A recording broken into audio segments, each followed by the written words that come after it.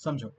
तो AC current में क्या है, जो अपनी डायरेक्शन रिवर्स कर सकती है। फॉर एग्जांपल हमने पहले एक डीसी सोर्स लगाया, ठीक है, तो डीसी में हम वेरिएबल वोल्टेज लगा सकते हैं कि वोल्टेज हम चेंज कर सकते हैं, बट करंट तो एक ही डायरेक्शन में फ्लो करेगा, राइट। बट अगर हम एसी सोर्स लगाते हैं तो एसी सोर्स की स्पेशलिटी क्या है कि एक बार करंट इस डायरेक्शन में जाएगा और एक बार करंट इस डायरेक्शन में जाएगा। ये एसी आपने सबसे पहले इंट्रोड्यूस हुआ था पिछले चैप्टर में, जब हम एसी जनरेटर का कंसेप्ट किया था।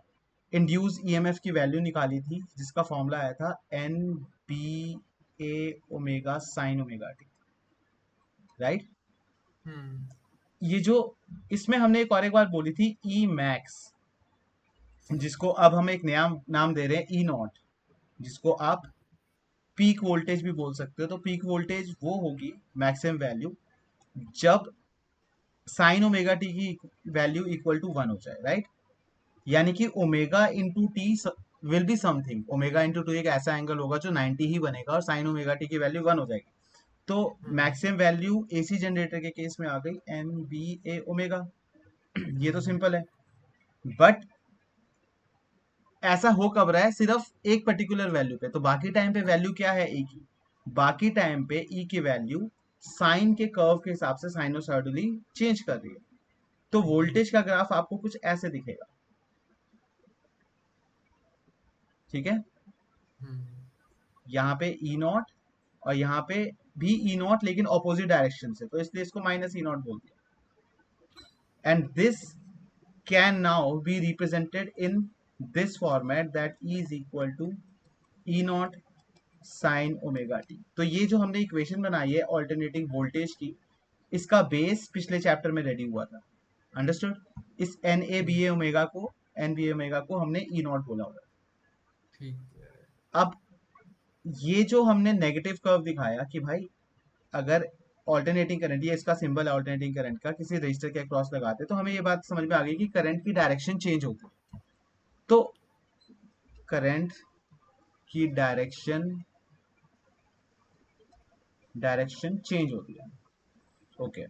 तो ऑन दिस बेसिस, सपोज मेरे पास एक ग्राफ है करंट वर्सेस टाइम का, एक ये है, एक ये है, एक ये है। इसमें से क्या लगता है आपको कौन कौन सा एसी है? वो बॉक्स वाला। सिर्फ ये, क्योंकि क्योंकि सिर्फ इसी में नेगेटिव साइड करंट है ना, अपोजिट डायरेक्शन। तो ये वाली एसी है। तो ये दोनों क्या हो गए, डीसी हो गए। बट हमने तो ऐसे पढ़ा था कि डीसी का ग्राफ तो ऐसे स्ट्रेट लाइन बनता है, राइट। ये कांस्टेंट डीसी का होता है। तो अगर आपको ये डीसी करंट मिल रही है तो this can be a fluctuating DC, जिसकी वैल्यू चेंज हो रही है, सिंपल, ठीक है। बट डीसी है। अच्छा, अब कुछ टर्म समझते हैं जो हमने पिछले टॉपिक से इक्वेशन निकाल ली। करंट के लिए I equal to I naught sine omega T, voltage के लिए E equal to E naught sine omega T. इसमें टर्म्स का बेसिक मतलब क्या क्या है, ये हमें पता चल गया। Maximum value, peak value, omega है एंगुलर फ्रीक्वेंसी, और एंगुलर फ्रीक्वेंसी का फॉर्मूला होता है 2 pi by T. Omega, angular frequency क्या है, omega, omega is 2 pi by T, जिसमें टी है हमारा टाइम पीरियड। अब ये टाइम पीरियड क्या होता है, time of one complete cycle. अब इसके लिए आपको ग्राफ फिर से देखो। सपोजेटली हमारा ग्राफ कुछ ऐसा दिख रहा है। तो जो एक साइकिल कंप्लीट हुई थी वो यहां से लेके यहां तक एक साइकिल कंप्लीट हो गई थी। तो अगर ये ग्राफ बोल रहा है कि एक साइड यहाँ पे करंट रिप्रेजेंटेड है, एक साइड टाइम रिप्रेजेंटेड है, तो सबसे पहली चीज कि ये वाली करंट बता क्या रही है, ये हमें दे रही है instantaneous value of current at any instant. Instantaneous value of current, ये बात समझ में, एट एनी इंस्टेंट। और टाइम की वैल्यू हम जो मर्जी पुट कर रहे हैं, t equal to 1, t equal to 200, t equal to 4000। ये जो ओमेगा टी है ये 0 से 360 डिग्री या 0 से 2 पाई रेडियंस के बीच में ही रहेगा। तो अकॉर्डिंगली साइन के हिसाब से चेंज हो रहा है। तो हम बात कर रहे थे ओमेगा की, ओमेगा होता है 2 पाई बाय टी। तो टी यहाँ मेंशन किया हमने, और टाइम पीरियड के बाद यही फॉर्मूला बन जाता है 2 पाई न्यू। न्यू अपन फ्रीक्वेंसी को बोल रहे हैं, फ्रीक्वेंसी इज बेसिकली एक सेकेंड में कितनी साइकिल्स हो गई। एक तो वो बेसिकली 1 टाइम पीरियड का उल्टा हो जाता है, and that is why we have this relation. यहां तक सिंपल है। जी। अब ये जो इक्वेशन लिखे, जरूरी नहीं कि ये इक्वेशन हो सकता है इक्वेशन ऐसी भी दिखे, omega T plus five, five यहां पे आ जाएगा इनिशियल फेज। इनिशियल फेज को एपो भी कहते हैं, बट इनिशियल फेज में क्या होता है, सपोज मेरे पास साइन का ही ग्राफ है, मेरे पास एक करंट की इक्वेशन दे दी गई, I is equal to 12 sine, I is equal to 12 sine 314 T plus pi by 6। Hmm, pi by 6 का मतलब क्या हुआ? हम्म, क्या मतलब 30 डिग्री? 30 डिग्री। साइन 30 की वैल्यू कितनी होती है? 1/2। एग्जैक्टली 1/2 हो गया। तो जब हम t इक्वल टू 0 पुट कर रहे हैं, हमें i की वैल्यू मिल क्या रही है? i मिल रही है 12 इंटू साइन पाई बाय 6, यानी कि साइन 30 डिग्री। 12 इंटू 1/2 हमें क्या मिल रही है? 6 एम्पियर, राइट? जी। तो ये इक्वेशन को अगर हम ग्राफ से रिप्रेजेंट करें तो ये हमारे मैक्सिमम वैल्यू हो गई 12, ये वाली वैल्यू हो गई minimum -12। But t equal to 0 पे करंट की वैल्यू है 6, तो ग्राफ हमारा 6 से स्टार्ट होगा और ऐसे जाएगा, +12 से -12। बात समझ में आई? हम्म ये भी इजी है, फेज का मतलब क्लियर हो गया। जी। अब दो नई टर्म्स उठाते हैं। अच्छा, एक और एक चीज, यहाँ पे हमें ओमेगा की वैल्यू 314 पता है, तो अगर हमें फ्रीक्वेंसी निकालना हो तो मैं I can write 2 pi into nu is equal to 314। Nu की वैल्यू 314/2 इंटू पाई 3.14। 3.14 का 100 ऊपर ले गए और ये काट के 100/2 50 हर्ट्स। ये कैलकुलेशन भी हो सकती है। हम्म अब दो अलग अलग टर्म्स को समझते हैं एक ही तरीके से। हाँ, हाँ, एक हम समझेंगे आरएमएस वैल्यू को, जिसके दो नाम और है, आई इफेक्टिव वैल्यू और वर्चुअल वैल्यू। इफेक्टिव का मतलब समझो, हमारे घर पे, आपके घर पे इस टाइम वोल्टेज कितनी आ रही है आपको पता है? तो जैसे 220 वोल्ट से एग्जैक्टली 220 वोल्ट आ तो रही है, बट तुम्हारे घर में एसी आ रही है कि डीसी आ रहा है? DC। एसी आ रहा है, राइट? अच्छा। डीसी मैक्सिमम 12 वोल्ट तक दिखेगी तुम्हें, जैसे गाड़ियों की बैटरी होती है 12 वोल्ट की, इससे भी बड़ी होती है। आजकल 18-20 वोल्ट की बैटरियां आती है, वो डीसी है, जो किसी सेल से निकलती है। हम्म, ऑल्टरनेटिंग करंट जो हमारे घरों में होती है एसी होता है सारा, ठीक है? अच्छा। अब एसी में तुम्हारे घर में 220 वोल्ट आ रहा है, एसी है, तो वो एसी का जो ग्राफ हो रहा होगा वो तो कुछ ऐसा हो रहा होगा, राइट? हम्म तो हो सकता है, मैक्सिमम हो सकता है कि किसी पॉइंट पे वैल्यू उसकी 110 है, किसी पॉइंट पे 5 है, किसी पे 0 है, किसी पे हम्म ज्यादा है। तो हम 220 वोल्ट क्यों बोलते हैं? क्योंकि 220 उसकी इफेक्टिव वैल्यू है। तो वैल्यू ऑफ कोर्स कम हो रही है, ज्यादा हो रही है, बट उस करंट के वजह से कुछ इफेक्ट तो हो रहा है ना, हमारे इंस्ट्रूमेंट्स चल रहे हैं, वोल्टेज सप्लाई मिल रही है, करंट दौड़ रहा है, तो जो नेट इफेक्ट बना वो नेट इफेक्टिव वोल्टेज को ही आरएमएस वैल्यू बोलते हैं। अंडरस्टूड? अच्छा। तो वो घर में जो वोल्टेज आ रही है वो actually E R M S की वैल्यू है 220, बट घर में एक्चुअल क्या वोल्टेज आ रही होगी, हो सकता है E is equal to 240 sine something 314 ऐसा कुछ इक्वेशन आ रही होगी, घर में एक्चुअल ऐसा हो रहा होगा, वी डोंट नो दैट। तो इसे क्या कहते हैं? किसको? जो ये असली में मतलब जो इफेक्टिव वैल्यू है उसे क्या कहते हैं? RMS value. अच्छा। इफेक्टिव वर्ड का मतलब क्या हुआ? जो नेट रिजल्ट बन रहा है उसका, हम्म है ना? जी। अब इफेक्टिव वैल्यू आपने समझ ली होती क्या है, जो नेट इफेक्ट प्रोड्यूस करती है। Net effect in terms of what? In terms of energy. तो it produces same net effect in terms of energy, और एनर्जी हमारे जनरली रजिस्टर्स वगैरह में जो एनर्जी होती है उसको हम हीट से रिप्रेजेंट करते हैं, हीट एनर्जी रजिस्टर्स में प्रोड्यूस होती है ना। अब इसकी सेम डेफिनेशन, इफेक्ट, क्या चीज, it produces same net effect, मतलब इसको किसके समझा रहा मतलब। हूँ, इसका अच्छा। इसका वैसे आपको मतलब समझ में आ गया ना, लेमैन लैंग्वेज में इसका मतलब क्या था, कि ये नेट जी। इफेक्ट थी, राइट। इफेक्टिव वैल्यू का मतलब नेट इफेक्ट, जिसके दो नाम और है, आरएमएस और वर्चुअल। बट इसको टेक्निकली फिजिक्स के पॉइंट ऑफ व्यू से समझाने का एक बढ़िया तरीका है, आप एक डेफिनेशन लिखो। अच्छा। ऐसे लिखना, I R M S slash I virtual slash I effective.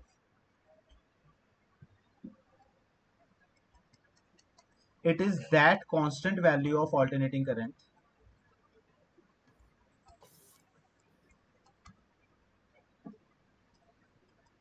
which will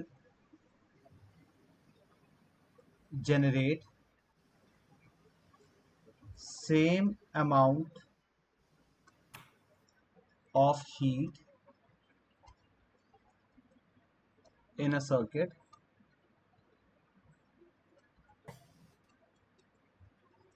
in a given time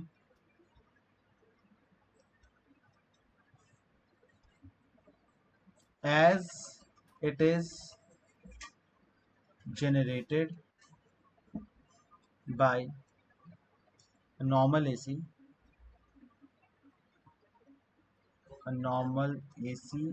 in same circuit in same time interval.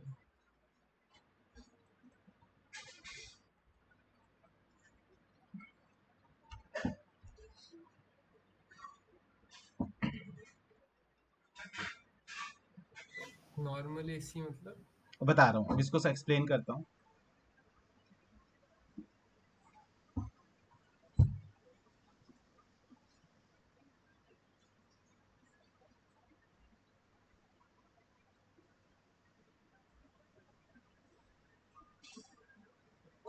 लिख दिया। अब अभी तक हमने जो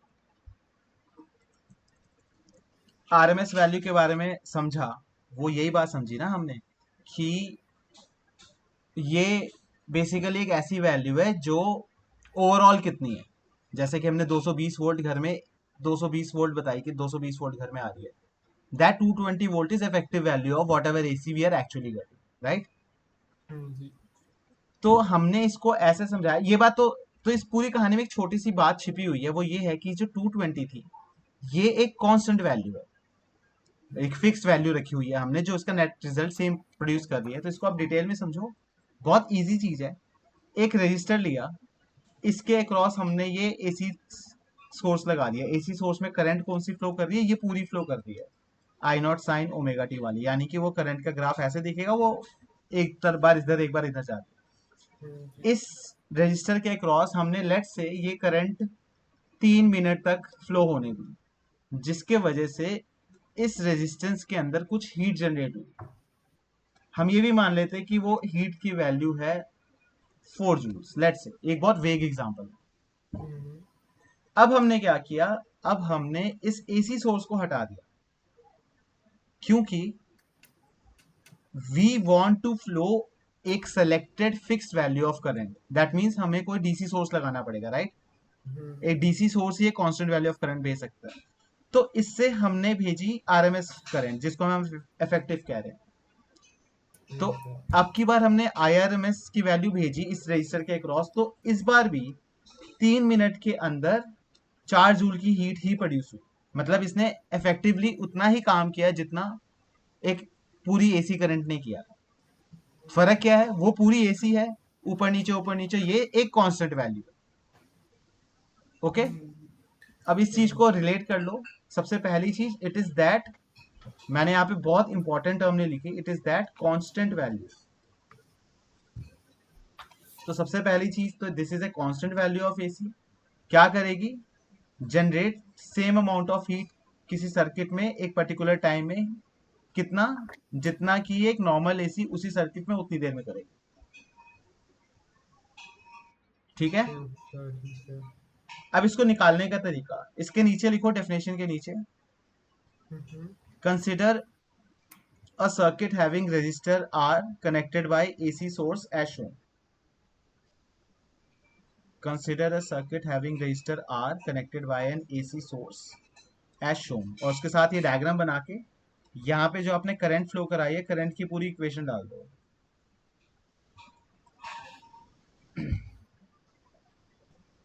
रजिस्टर आर के बाद क्या लिखना है? Consider a circuit having resistor R connected to an AC source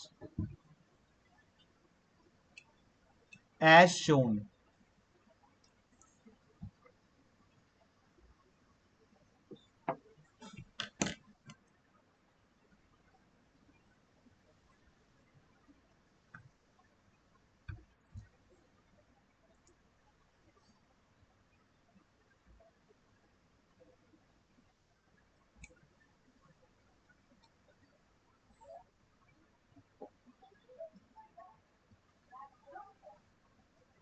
बना दिया। सर्किट के बाद लिखो, सर्किट ड्रॉ करने के बाद, let D H be small amount of heat generated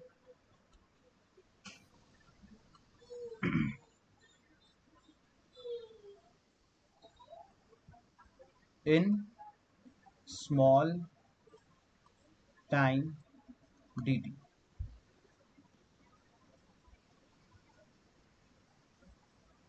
ठीक है। तो इस हिसाब से, इस हिसाब से D H should be equal to I square R D T. ये I square R T formula हमें पता है करंट का, है ना। जी। हेंस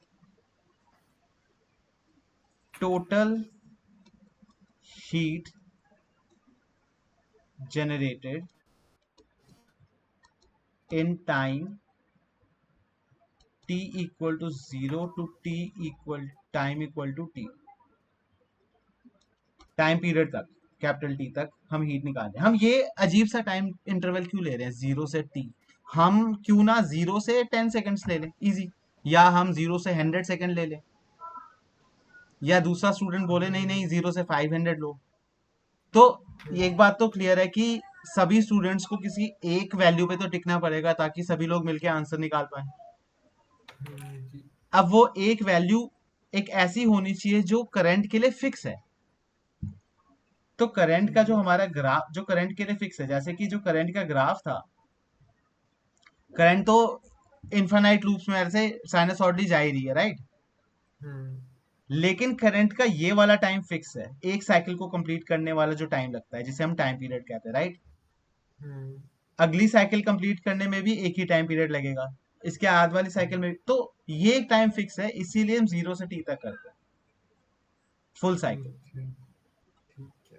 तो total heat generated for time interval T equal, तो इसके लिए टोटल हीट का फॉर्मूला हम लिख रहे हैं इंटीग्रेशन ऑफ डी एच, कहां से कहां तक, 0 से t तक।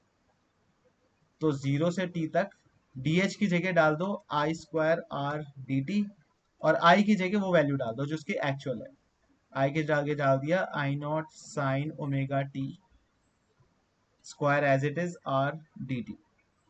अब इसको, यहां से सिर्फ मैथ्स है, इसको मैथमेटिकली फॉलो करो। देखो एच की वैल्यू क्या आ रही है।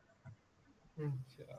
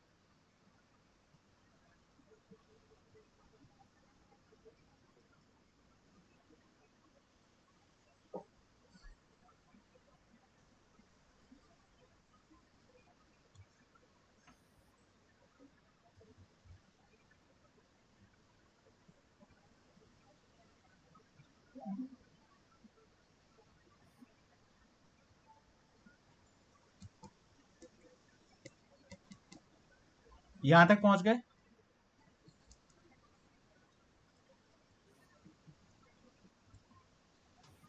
ओ हाँ जी।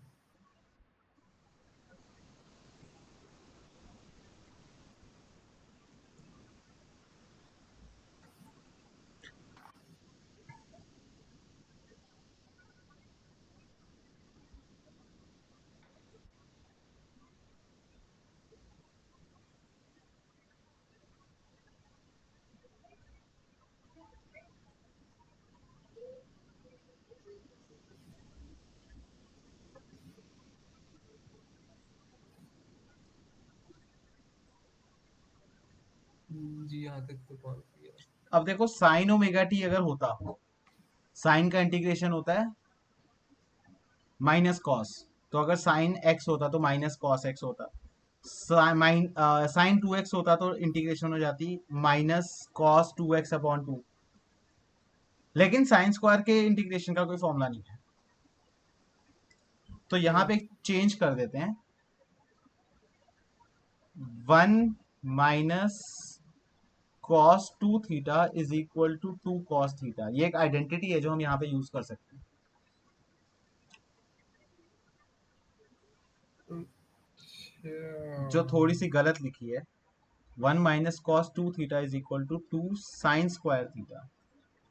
और जो 1 प्लस कॉस 2 थीटा होता है वो होता है 2 कॉस स्क्वायर थीटा। ये ट्रिग्नोमेट्रिक आइडेंटिटीज हैं दो। लेकिन जो पहली वाली आइडेंटिटी, ये सारा कुछ मत लिखना, सिर्फ पहली वाली आइडेंटिटी के हिसाब से आई कैन राइट कि ये जो साइन स्क्वायर थीटा हो जाएगा वो हो जाएगा 1 minus cos 2 theta whole upon 2, right. तो जी। हम ये वाली identity as it is bracket में हम सिर्फ ये लिखेंगे, और हम इस स्टेप के बाद लिखेंगे I naught square R as it is integration 0 से T as it is. Sine square की जगह 1 माइनस कॉस, अंदर जो भी है ओमेगा टी था, थीटा था तो 2 थीटा हो गया, ओमेगा टी है तो 2 ओमेगा टी हो जाएगा, 2 ओमेगा टी होल अपॉन 2, ये ब्रैकेट में डालो डी टी।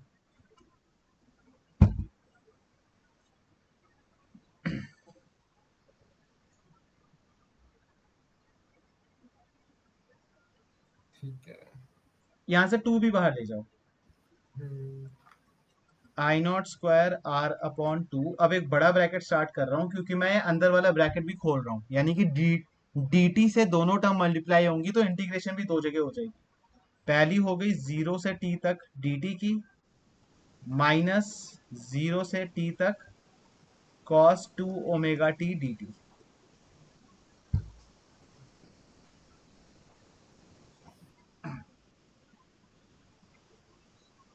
ठीक है। मैं एक बार, ये हम टोटल हीट निकाल रहे हैं, मैं एक बार इस इक्वेशन को उठा दूं यहां से।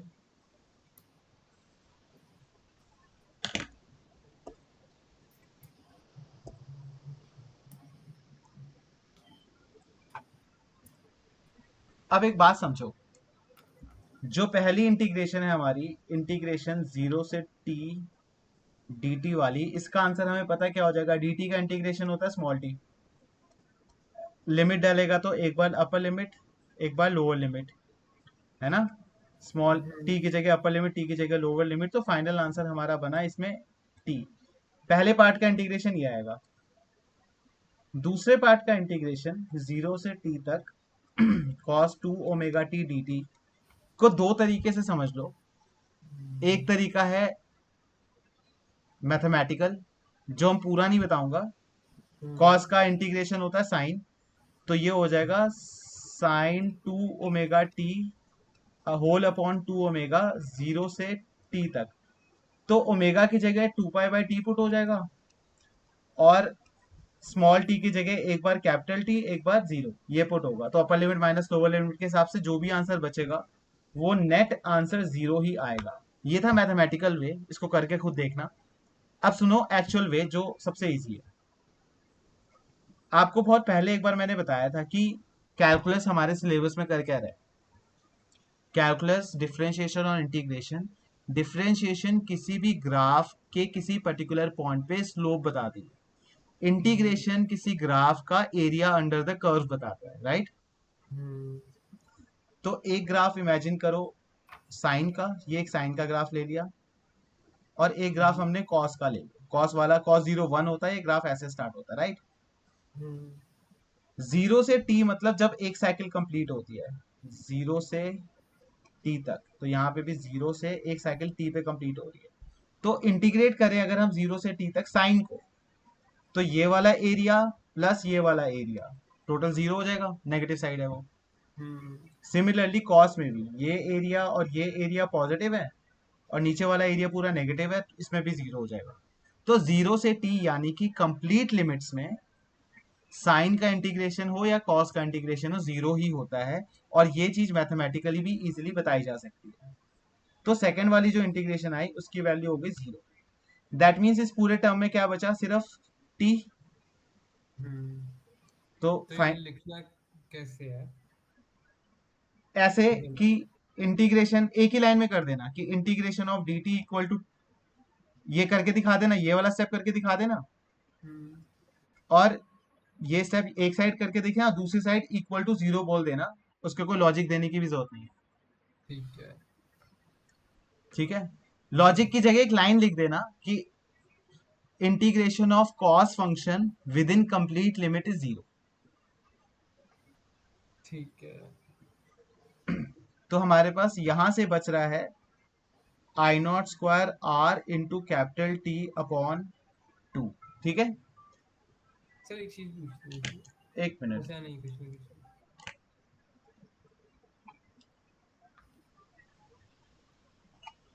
वो शॉप थी, वो, हाँ, ऊपर चढ़ के जो दूध वाली शॉप है उसके ऊपर। हाँ, कॉस्मेटिक की शॉप है, पूछ लेना वहां पे। हाँ हाँ। ओके। ये क्लियर हो गया जो तुमने पूछना था। हाँ जी। अब हमारे टोटल हीट की वैल्यू क्या है, heat generated by AC in 0 से टी तक इतना आया, राइट। जो जी। I naught square R T by 2। अब हम अपनी तरफ से मान लेते हैं कि let I R M S या आई इफेक्टिव या आई वर्चुअल, कुछ भी एक लिखना, तीनों मत लिखना, hmm. Be that value which, be that constant value, यहाँ पे कांस्टेंट वर्ड बहुत जरूरी है, be that constant value which will generate same amount of heat in same time. तो ये हमने डेफिनेशन का पार्ट निकाल के यहाँ पे मेंशन कर दिया ताकि हम अपनी बात को जस्टिफाई कर सकें कि भाई इस बार अगर हम आई आर एम एस जैसी कांस्टेंट वैल्यू को लेते हैं, तो एच की वैल्यू होगी आई आर एम एस का square R into T, hmm. I square R T वाले फॉर्मूले से, राइट। हम्म। ये इक्वेशन टी भी टोटल हीट है, और जो हमने इक्वेशन 1 निकाली थी ये भी टोटल हीट है। इन दोनों को इक्वेट कर दो और आपका आंसर आ गया। तो from 1 and 2, I R M S का square R into T is equal to I naught square R T upon 2, R T से आर टी काट दो, you get I R M S is equal to I naught upon √2। एक answer ये है। इसका 1/√2 को convert करोगे तो दैट विल बिकम 0.707। तो आप 0.707 भी लिख सकते हो। और कई बुक्स में ये भी लिखा हुआ है it is 70.7% of I not, ये भी ठीक है ना, एक ही बात है। जी। बट जो सबसे इंपॉर्टेंट चीज जो आपको याद करनी है वो है आरएमएस वैल्यू क्या होती है, आई नॉट बाई रूट। अब एक छोटी सी चीज ऐड कर रहा हूं मैं इसमें। जी। अगर क्वेश्चन आया find RMS value of alternating voltage, तो सबसे पहले डेफिनेशन में एक छोटा सा चेंज आएगा, it is that constant value of alternating voltage, इसकी जगह ऑल्टरनेटिंग वोल्टेज कर देना, बाकी सब कुछ सेम जो नॉर्मल ऑल्टरनेटिंग वोल्टेज करेगा। ये दो चेंज हो गए। क्या करना था? जैसे ये तो आरएमएस वैल्यू ऑफ करंट थी ना, जी। अगर आरएमएस वैल्यू ऑफ वोल्टेज निकालें हम्म। तो डेफिनेशन में क्या चेंज आएगा, यहां पे क्या लिखोगे, ई आर एम एस, हम्म। बाकी definition same, it is that constant value of alternating current की जगह ऑल्टरनेटिंग वोल्टेज आ जाएगा जिसको मैंने सर्कल किया। अच्छा। बाकी सब सेम रहेगा, जहां पे ऑल्टरनेटिंग करंट था वोल्टेज आ गया। और एक चीज और चेंज होगी, इसमें स्टार्ट कैसे करोगे, आप लिखोगे let D H be small amount of heat produce in small time D T. यहां तक तो सही है। हम्म। डी एच का फॉर्मूला लोगे E square upon R D T, वो वाला फॉर्मूला नहीं था एच का, V square by R T. अच्छा। अब इसमें ई की जगह E naught sine omega T put होगा, सारा प्रोसेस वैसे ही चलेगा, फाइनल आंसर भी वही आएगा, E R M S is equal to E naught upon root. अच्छा। समझ गए यहां तक? जी।